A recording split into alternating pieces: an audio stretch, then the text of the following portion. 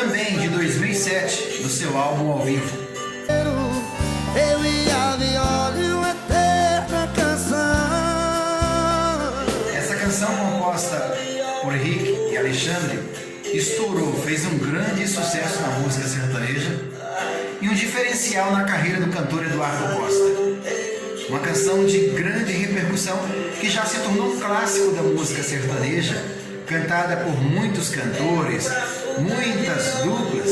E essa música conta a história simples de um cantor simples que queria o amor de uma moça. E ele confessa para ela que tá duro, tá sem dinheiro, uma pessoa que só tem a viola para oferecer.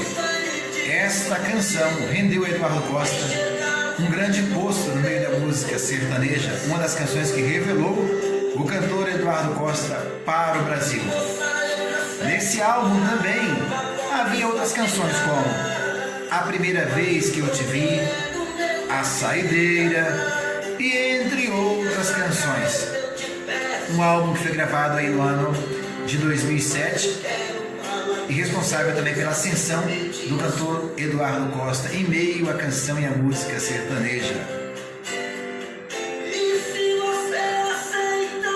Amor de um violeiro, uma canção muito bonita, chamada de Amor de Violeiro, e por muitas pessoas é chamada essa canção também de Moça.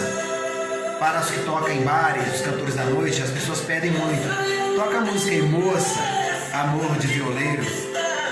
E você, essa canção faz diferença em sua vida?